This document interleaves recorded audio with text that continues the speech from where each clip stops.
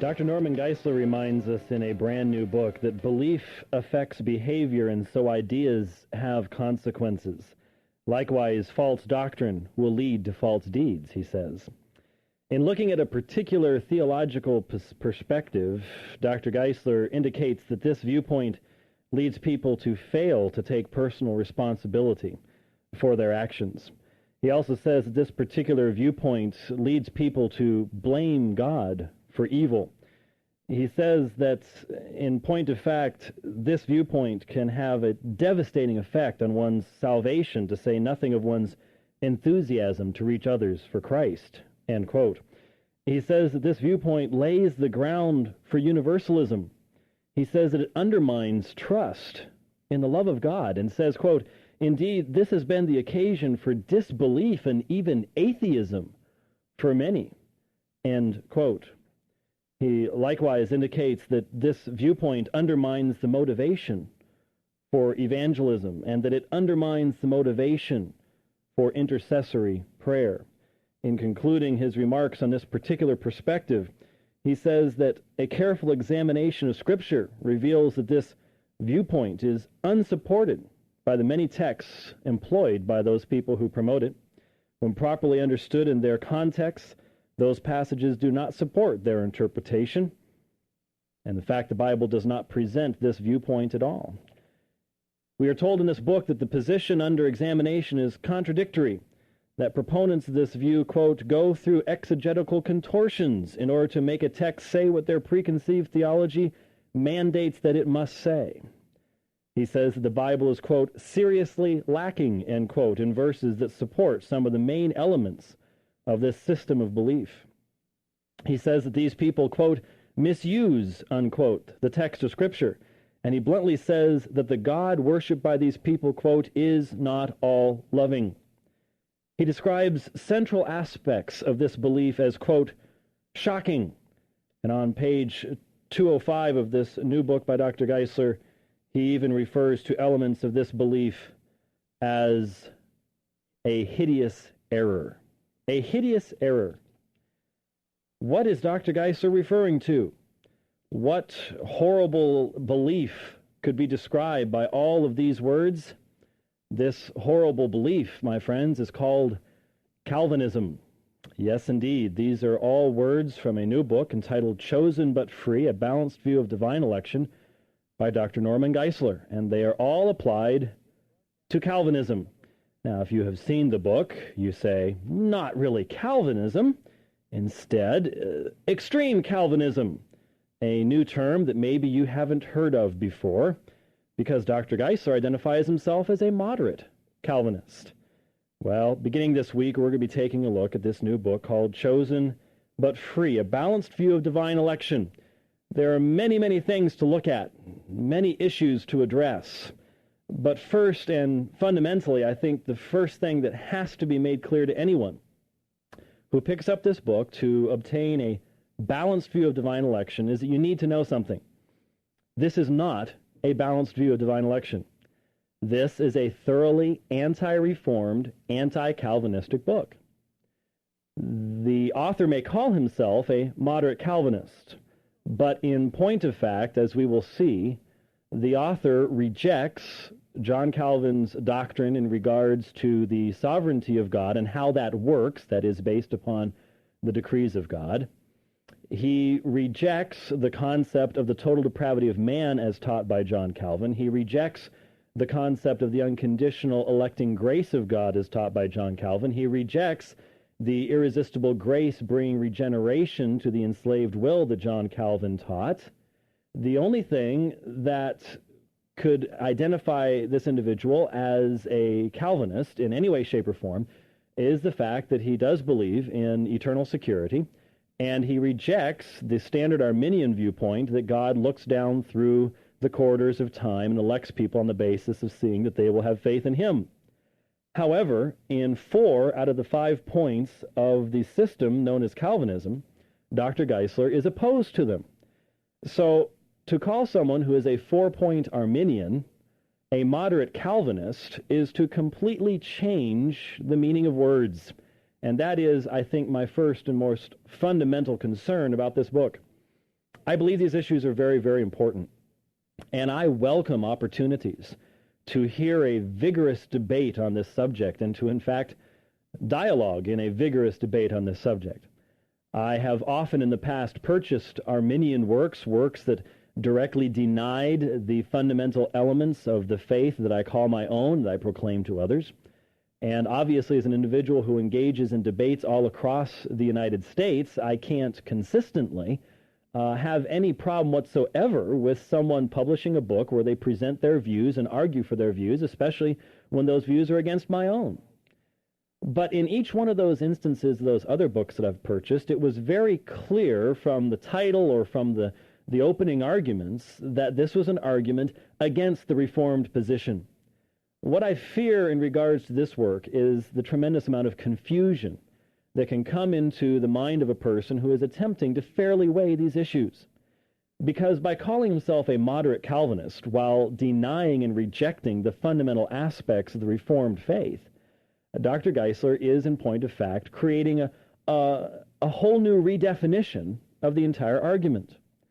And it is that redefinition that really concerns me.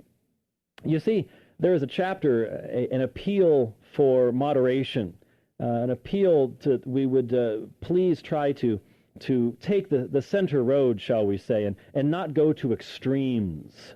This use of the term extreme is very popular in our culture today. Nobody wants to be an extremist. You don't want to be an extreme Arminian, and you don't want to be an extreme Calvinist. Let's all be moderate Calvinists. So what's a moderate Calvinist? It's an Arminian. In essence, that is exactly what's going on in regards to the definitions provided in this book. But people like this appeal to moderation. But the result is going to be very, very, very confusing, because I just want you to realize that what this book is going to present to you is that Theodore Beza, Zanchius, the Westminster Divines, the Puritans, Jonathan Edwards, Charles Haddon Spurgeon, Charles Hodge, J. Gresham Machen, B.B. Warfield, Roger Nicole, John Piper, R.C. Sproul were not actually Calvinists, they were extreme Calvinists. And now we have a new group called moderate Calvinists who reject almost every single thing John Calvin taught on the subject of salvation, and yet can be called moderate Calvinists. I think the result of this changing of language is going to be a lot of confusion. And I think as we work through the arguments presented here, it will become very, very clear that Dr. Geisler is not a moderate Calvinist. He is a moderate Arminian. That is, he agrees with 4 out of the 5 perspectives of the Arminian. And on the one point where he believes in eternal security, I have to wonder at that point exactly how he believes that in light of some other things that he says. But we're going to be examining these things, and obviously in light of referring to quote-unquote extreme Calvinism and its fundamental assertions as a hideous error, as certain things as shocking, and I could have culled a number of other citations from the book if I had wanted to, it's very obvious that there needs to be a dialogue about this, because these are very serious charges. When you talk about things as a hideous error, I'll have to admit, I don't recall, and I could be wrong, and I should sit down and double check, but I don't recall words like shocking and hideous error being used in Dr. Geisler's book about Roman Catholicism.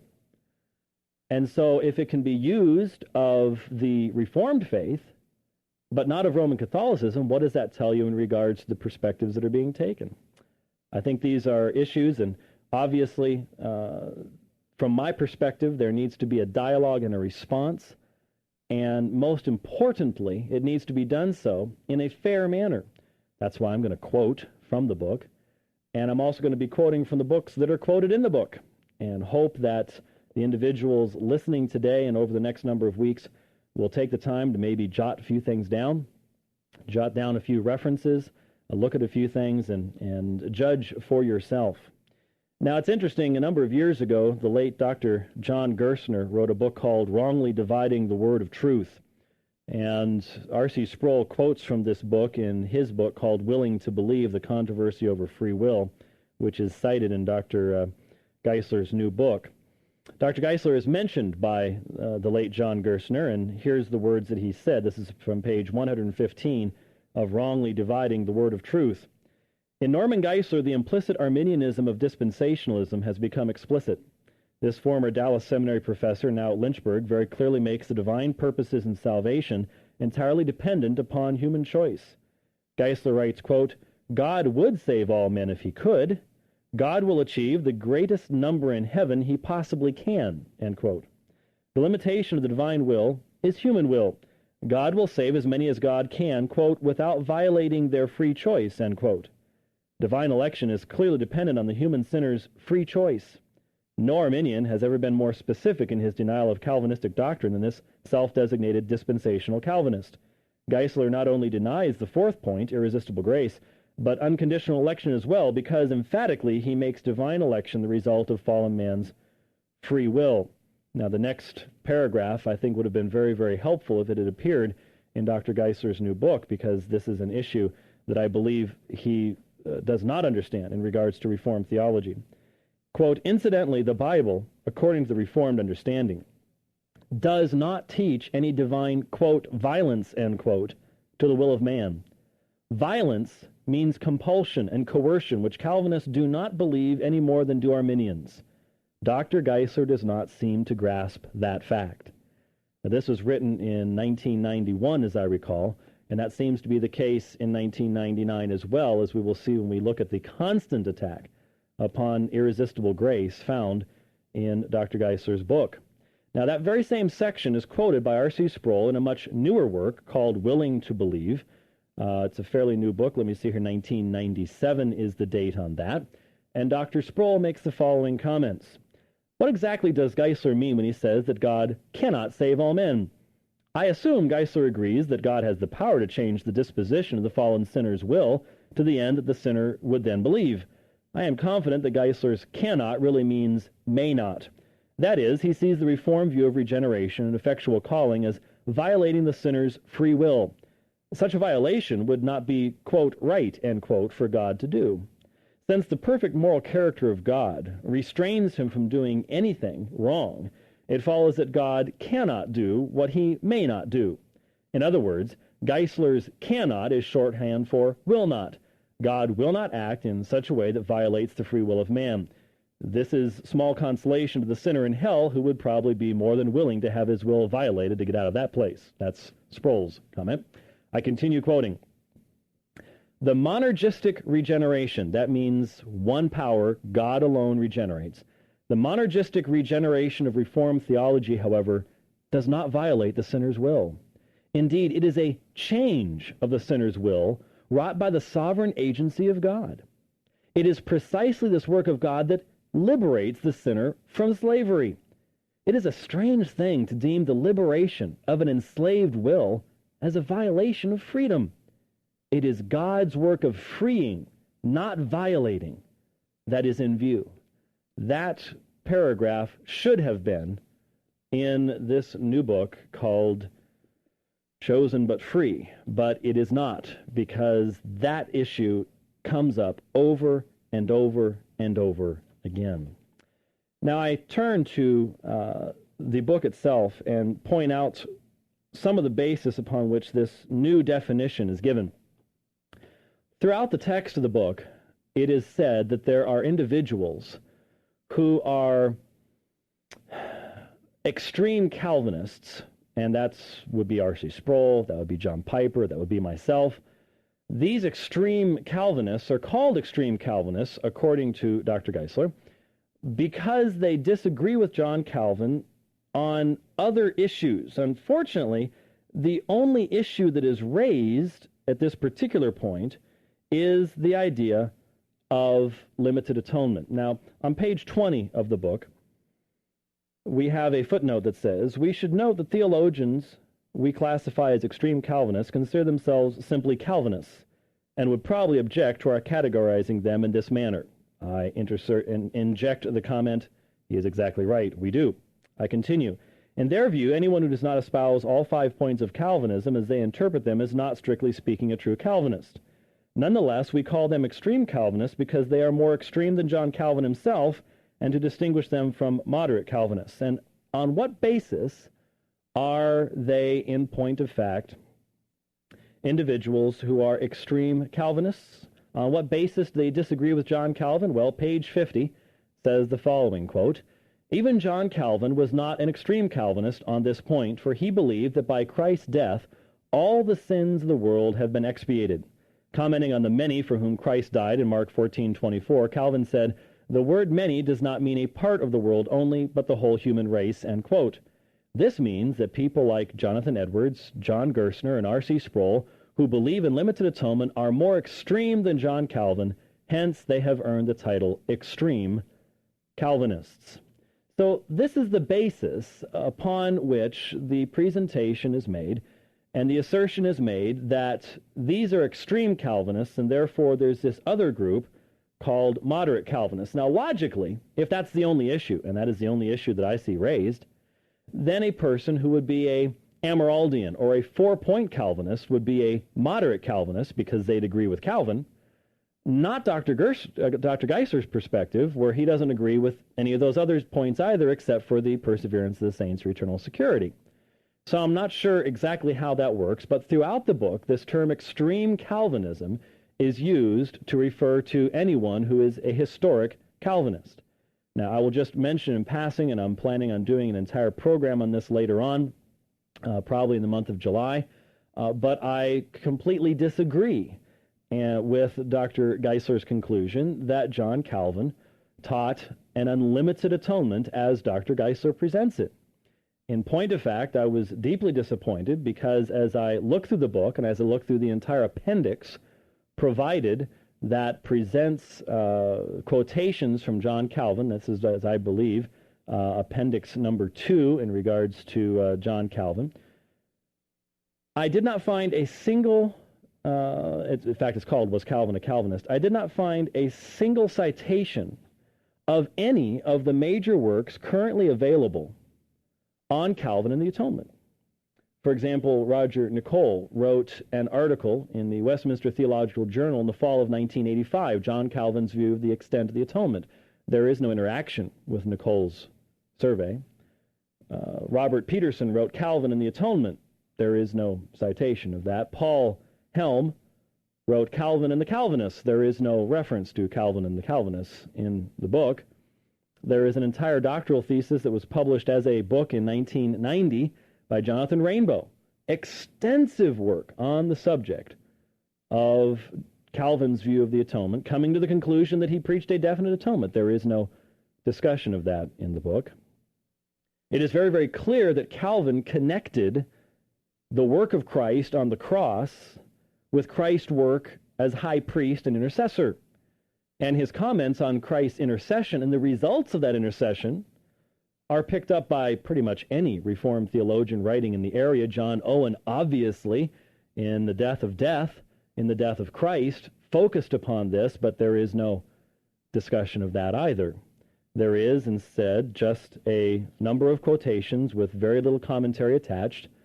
And in fact, just to give you an example, and I'll get back to the main point here in a moment, just to give you an example. At the end of this particular appendix, Dr. Geisler says, whatever else Calvin may have said to encourage extreme Calvinism's tulip, he certainly denied limited atonement as they understand it. For Calvin, the atonement is universal in extent and limited only in its application, namely to those who believe. Now notice he says, he certainly denied limited atonement. Except most of the scholars that I read say, well, what we need to determine is his view of the atonement in regards to what he taught about intercession and the intercessory work of Christ and things like that, and then we might be able to come to some conclusions from that. They are not, any of them talk about the word certainly. But even this passage is quoted on page 159 of the new book, and this is from John Calvin's commentary on 1 John 2:2. And just listen to what Calvin says and see for yourself what you think. He put this in for application that believers might be convinced that the expiation made by Christ extends to all who by faith embrace the gospel. But here the question may be asked as to how the sins of the whole world have been expiated. I pass over the dreams of the fanatics who make this a reason to extend salvation to all the reprobate and even to Satan himself. Such a monstrous idea is not worth refuting. Those who want to avoid this absurdity have said that Christ suffered sufficiently for the whole world, but effectively only for the elect. This solution has commonly prevailed in the schools. Although I allow the truth of this, I deny that it fits this passage. For John's purpose was only to make this blessing common to the whole church. Therefore, under the word all, in 1 John 2:2, he does not include the reprobate, but refers to all who would believe and those who were scattered through various regions of the earth. For as is meet, the grace of Christ is really made clear when it is declared to be the only salvation of the world. Now, very clearly, Calvin says that he does not believe that the distinction that was prevalent in the schoolmen fits this passage. Instead, he says, therefore, under the word all, in 1 John 2:2, he does not include the reprobate, but refers to all who would believe and those who were scattered through various regions of the earth. And when you ask, what did John Calvin believe about who would believe, there's only one answer to that question, and that is the elect, and the elect were chosen by God, not on the basis of foreseeing their faith, but on the basis of a positive decree, an active decree on God's part, not merely this idea that God had infallible knowledge of the future, and his decree and his knowledge are the same thing, which seems to be what some people would like to present. He even quotes this particular statement from John Calvin, how can the wicked drink Christ's blood, which was not shed to expiate their sins, and Christ's flesh, which was not crucified for them? Well, sounds to me like those passages and many others are very consistent with the concept of definite atonement, and yet the entire redefinition of the concept of what Calvinism is based upon saying, well, all those other people are extreme Calvinists because John Calvin didn't believe in limited atonement. Well, I believe that he did, and I believe that that particular perspective is completely consistent with what he taught about everything else, and therefore, I guess the whole basis of redefining who is and who is not a Calvinist sort of evaporates at that particular point. Now, since we have a redefinition of terms, there's a lot of confusion presented. I'd like to look at a section of the book that says a moderate Calvinist understanding of tulip. How does a moderate Calvinist understand the 5 points of Calvinism? Well, let's take a look at it. It's pages 116 through 117. Total depravity is amply supported by Scripture in the moderate Calvinist sense. All the Scriptures used by extreme Calvinists are accepted by moderate Calvinists. The only difference is that moderates insist that being dead in sin does not mean that unsaved people cannot understand and receive the truth of the gospel as the Spirit of God works on their hearts.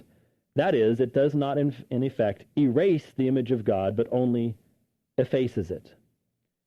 Now, I'm not sure what quote-unquote extreme Calvinists Dr. Geisler is referring to. Reformed theology refers to man as the image bearer of God. It speaks of the effacing of that image, the damaging of that image by sin, but it does not refer to man as losing the image of God. There is a note that is provided. Some extreme Calvinists deny they believe the image of God is destroyed in fallen humans. Well, that's quite true. In fact, the vast majority of Calvinists recognize that, at least formally. But Dr. Geisler then says, but logically, this is what their view demands, and practically, this is what they hold. Well, Dr. Geisler, that is not the case. In point of fact, total depravity simply means that man is spiritually dead. And we will go through the section where the alleged verses supporting this are presented, but one of the key elements that I gleaned from working through that section earlier was the fact that from Dr. Geisler's perspective, he seems to understand our viewpoint of total depravity as meaning that not only must man sin, man cannot keep himself from sinning, and if what he means by that is man can't be sinlessly perfect, of course, but it comes across as the idea that man is almost compelled to sin. But even beyond that, the argument was presented by Dr. Geisler that, well, we see in Romans chapter 1 that men know that God exists. Therefore, total depravity can't be true. The problem is that the Reformed perspective is not that man does not know that God exists, but that knowledge of God is a part of general revelation. It is a part of God's creation. It's, in fact, I would believe, a part of the imago Dei, the image of God itself. We're talking here about the inability of man to free himself from the slavery of sin. We're talking about the inability, the phrase ou dunatai, not able, found in John 6:44. No man is able to come unto me unless the Father who sent me draws him. There is an inability in man to his deadness and sin. Interestingly enough, that phrase isn't addressed in regards to John 6:44. When John 6:44 is addressed in this book, the only discussion is on the meaning of the word draw, helkuso, and its use in John chapter 12, verse 32, not a sound exegesis of John 6:44. Unconditional election, going back to the book, is also held by moderate Calvinists. It is unconditional from the standpoint of the giver, even though there is one condition for the receiver, faith. Now, how you put those two together will take us into the topic of the second half hour. We do have one caller on the line, but in the second half hour, I want to attempt to explain to you Dr. Geisler's rather unique view of the relationship between God's decree, God's predetermination, his sovereignty, and the concept of man's free will, his free agency. It is an unusual perspective, but it allows him to affirm both things at the same time. But in essence, I think we need to recognize something, that in light of those citations given by Geisler from Geisler's work elsewhere, and some of the things that he says in a book, Predestination and Free Will, Four Views of Divine Sovereignty and Human Freedom, this was by Basinger and Basinger, a 1985 IVP publication, that it is quite clear that what is being said is unconditional election is the provision of salvation, but the condition on the part of the receiver determines whether salvation is actually going to take place, which means that he's using the term election here in a different way than John Calvin did and that Reformed theologians do today. So there is, again, a redefinition of the term. So far, both the total depravity and the unconditional election don't have the same meanings that they have when we talk about them from the historical standpoint. The L, even limited atonement, is affirmed by moderate Calvinists in the sense that it is limited in its application. That is, although redemption was purchased for all and is available to all, nonetheless, it will only be applied to those whom God chose from all eternity, that is, the elect. I'm getting the indication that I need to pick that point up on the other side of the break. So stick with us. We'll continue looking at the new book, Chosen but Free, looking at the redefinition of the 5 points of Calvinism. We'll be right back. Chosen but Free, a balanced view of divine election and what it says about the terrible, horrible system that contains hideous errors is shocking, called Calvinism. In other words, this is a strong frontal attack on the Reformed faith. I hope everyone realizes that that's what it is, so that we can deal with it from that perspective. I hope that a debate can take place that's meaningful on the basis of this, but I just hope people recognize it for what it is. Now, we were looking at the subjects of the moderate Calvinist understanding of tulip, and I had read the L, even limited atonement, is affirmed by moderate Calvinists in the sense that it is limited in its application. That is, although redemption was purchased for all and available to all, nonetheless, it will only be applied to those whom God chose from all eternity, elect. Now, the problem is that God's choosing them from all eternity is not a positive decree. It is a simultaneous thing with his knowing that they are going to believe him. And this, we'll try to get into this to try to explain how Dr. Geisler can say both things at the same time. I don't believe that you can. I completely accept what John Feinberg said in Predestination and Free Will, that Dr. Geisler's perspective does not answer the question that is laid before us and is based upon the assumption that you cannot determine the logical relationship between God's decree and God's knowledge of future events. But also completely missing from the book is a discussion, even though it started to come up once or twice, it would never be dealt with, and we'll look into this, a discussion of the fact that from the Reformed perspective, the concept of limited atonement is directly related to what the atonement accomplishes. And one thing you need to realize is that Geisler's position in this book is that the atonement makes man savable. It makes man savable. And as we get into that, there are two perspectives on that. There is, at the time of the Reformation, there were two perspectives. That man is savable, and then by his action, he actuates that salvation. And then there's the viewpoint that God saves. And this is one of the great dividing lines, not to use a pun there, in regards to that particular issue. This one is the one that blew me away the most. I'll be perfectly honest with you, then we'll go to our calls.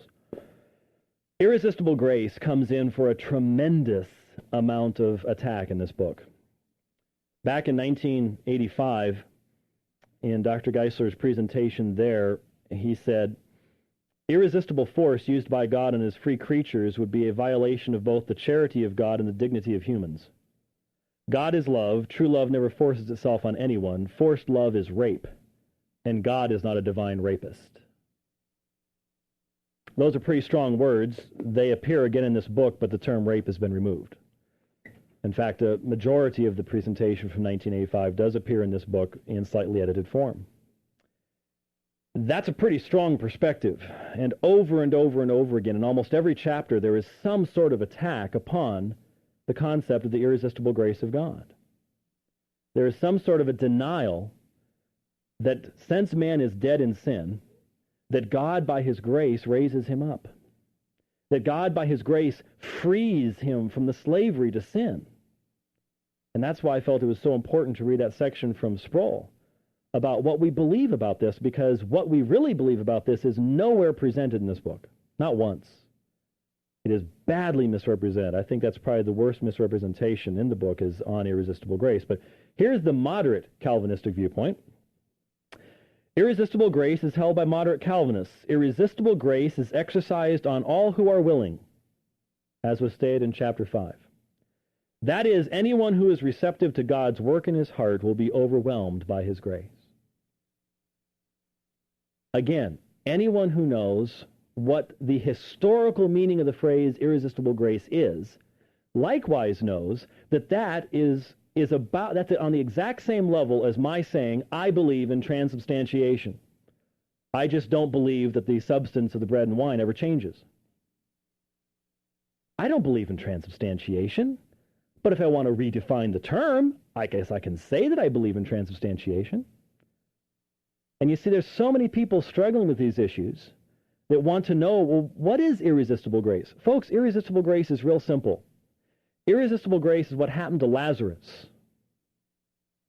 Jesus performed irresistible grace when he said, Lazarus, come forth. Now, was Jesus being violent? Was Jesus engaging in divine rape? Of course not. Lazarus was dead. And Jesus, by his divine power, raised him to life. That's what irresistible grace is. It's taking a person enslaved to sin who's spiritually dead and giving them spiritual life. Constantly it said, well, that's against their will. An enslaved will that's not free, that has no spiritual life to animate it? I think not. I think not.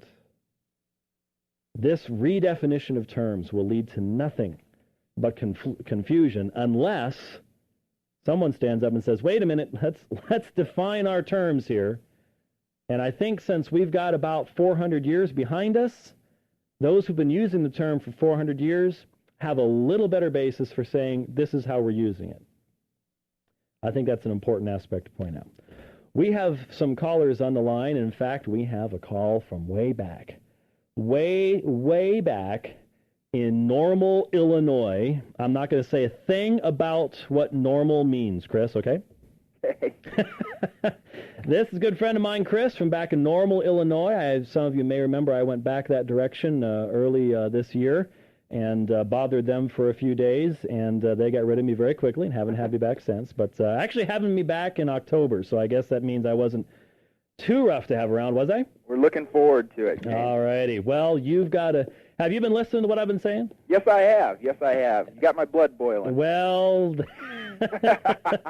Okay, what's your comment today? Well, because I noticed that you were dealing specifically with Dr. Geisler's book, Chosen But Free, and it seems that quite a few people who reject historic Calvinism seem to have a problem with the particular redemption. My question, that seemed what you were dealing with. My question is for a proof text, and what your thoughts are about 1 Peter chapter 2, verse 8, with regard to the sovereignty of God and reprobation.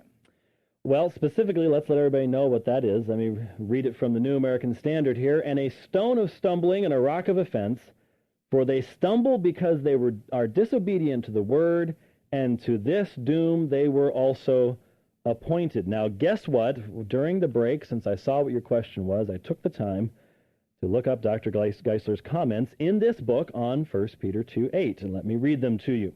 This is in chapter 3, Viewing the Alternatives, the Twin Truths of Sovereignty and Responsibility. Now, this is most interesting because the first part of the chapter most of us would agree with, as long as we don't realize what actually is being said. Here's the question. Stumbling over Christ, both disobedience and destiny. In his first letter, Peter cites Isaiah. He, Christ, is a, quote, stone that causes men to stumble and a rock that makes them fall. They stumble because they disobey the message, which is also what they were destined for, 1 Peter 2:8. With no sense of difficulty or disjunction, Peter records in the same verse that men reject Christ, the stone, both because of their own disobedience and because God had destined them to it. There is no contradiction, since God knew exactly what they would freely do.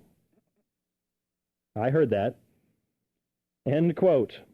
So there is that's all the discussion of it is, with no sense of difficulty or disjunction, Peter records in the same verse that men reject Christ the stone, both because of their own disobedience and because God had destined them to it. There is no contradiction, since God knew exactly what they would freely do. And every time there is a positive action of God's sovereignty found in the text, this becomes the answer. That is, that from Geisler's perspective, God has perfect knowledge of everything that will take place in time. So he has perfect knowledge of the actions of free creatures. Now, when you immediately ask the question, well, wait a minute, then what is the relationship between God's appointment, his predetermination?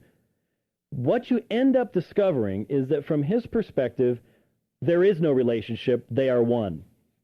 In point of fact, it's in the same chapter, and I know that this book isn't everywhere yet because I've had people looking for it. Here is the key paragraph for you to understand, Chris. God is a simple being. This is on this page 52 and 53, if somebody does have it, or if they listen to this on the net and pick it up later. Pages 52 and 53. God is a simple being, all of whose attributes are one with his indivisible essence. Hence, both foreknowledge and predetermination are one in God. Whatever God knows, he determines. And whatever he determines, he knows. More properly, we should speak of God as knowingly determining and determinately knowing from all eternity everything that happens, including all free acts. For if God is an eternal and simple being, then his thoughts must be eternally coordinate and unified.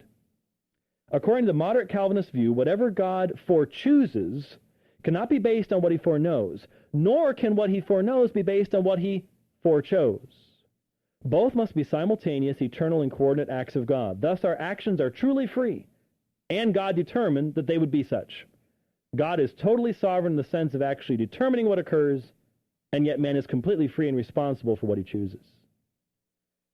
Now, you got to chew on that one for a while. You can't, there's a much fuller presentation of it in Predestination and Free Will, the Basinger book from 1985. It is available. I picked mine up from either Barnes & Noble or Amazon online, one of the two. Just grabbed it like that, came very quickly. But in essence, the argument is you cannot distinguish between God's decree and God's knowledge of future events. My problem with that is that it's based upon saying that God is one. Yes, God is one in his being, but his attributes are not one. For example, God is justice. God is just. He is holy. God is also merciful. Logically, I think you can follow this very clearly. Logically, there is a difference between justice and mercy. And logically, there is a relationship between justice and mercy. You don't need mercy unless justice has brought condemnation. So in a sense of logical priority, justice comes before mercy. And since these are both attributes of God, he is just and he is merciful, yet you can distinguish between them, then we can ask the question of Dr. Geisler, does God predetermine because he foresees, or does he foresee because he predetermines? In essence, what it boils down to, Chris, is that from Geisler's perspective, predetermination is passive. That is, God determined it was going to happen not by a positive decree, but by relationship to these free acts of men. And when you see that he denies unconditional election and irresistible grace and things like that, it's quite clear this is simply a spin on the Arminian viewpoint that's a lot more complex, harder to understand, but functionally it ends up saying the same thing. Right. Well, I have a question. How tenable of a position is this foreknowledge route? And the reason I ask is because is there a future, so to speak, that God can look into to accomplish these things? And do you see where I'm going with here? I think so, and I'm going to have to put you on hold for just a moment, and we've got a couple other callers, but I'll answer your question right after this break. We'll be right back. We're talking about the subject of Calvinism today, and I was talking with Chris in Normal, Illinois about the issue of 1 Peter 2:8 and all those things that come up from there. And I understand what you're saying. Just briefly, Chris, we've got two other callers online I need to get to, but very quickly, the meaning of the term foreknowledge does come up in the book, and this is another one of my criticisms, and that is one of the things that I was deeply disappointed with was the fact that there is no evidence, I'll take that back. There is no section of the book that shows a familiarity with Reformed apologetics in regards to how Reformed people defend their position. And one of those issues had to do with dealing with the meaning of prognosko and the meaning of foreknowledge. Obviously, we need to be very careful in differentiating between the biblical use of foreknown and foreknowledge and the philosophical use. Most of the time, those two terms end up getting mixed up and everything becomes massive confusion. Dr. Geisler does try to get around the meaning of foreknown as foreloved. I think he fails to do so, and I will point that out in time. But certainly, the question I think everyone has to ask themselves is, everyone agrees that God, well, I'll take that back. Orthodox Christians believe that God has perfect knowledge of future events. There are all sorts of people today offering all sorts of alternatives to that, but Christians have always believed that God had perfect knowledge of future events. The question is why? Does he have a magic crystal ball where he's observing from the outside? The form of the future it took its own shape and God just has knowledge of that? Or does God have perfect knowledge of future events because God is the creator of all things, including time itself? That is the issue that people need to deal with. Okay? Yeah, thanks, James. Hey, thanks for calling in today. Yeah. God bless. In Glendale. Bill, we got just a few minutes left. What can I do for you? Thank you, Dr. White. I just have a question. Maybe it goes along with what the last caller said, and I don't mean this in any argumentative sense. I'm trying to be an understander of the Bible and of the Scripture and of predestination.